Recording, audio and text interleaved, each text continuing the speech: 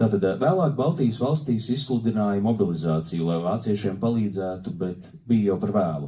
Sabiedroto invāzija rietumos un Krievu virzīšanās austrumos padarīja Vāciju un tās sabiedrotos arvien vājākus, kamēr beidzot 1945. gadā tie kapitulēja.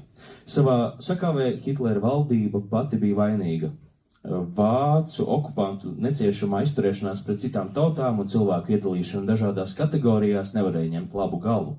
Kad sarkanā armija atkal ienāca Latvijā, apmēram 130 tūkstošiem latviešu izdevās ar vācu kuģiem no Liepājas aizbēgt uz Gotenhāfeni. Tagad viņi, būdami emigranti, ir izkaisīti pa visu pasauli.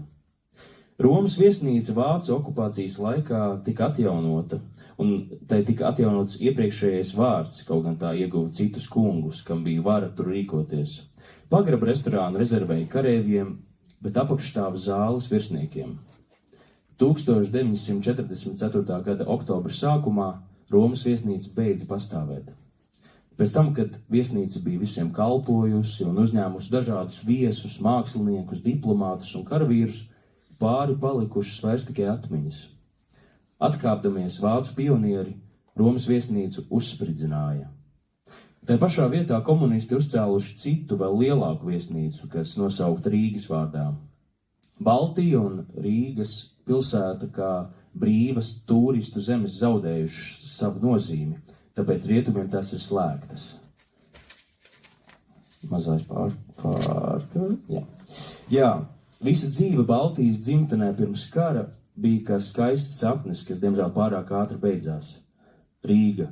Tu baudītāju, gardēžu un jogdaru pilsēta, Rīga, tu simtu sviestmaizīšu un delikatešu pilsēta, Rīga, tu teātru, koncertu un bibliotēku pilsēta, Rīga, tu glezniecības, mākslas un baleta zelta zeme, Rīga, tu Baltijas pērle un mazā Parīze, kā tevi visi dēvēja, Rīga, tu paliksi neaizmirstama katram, kas tevi pazina un iemīļoja, Rīga, tu lepnā pilsēta, būsi reiz atkal brīva.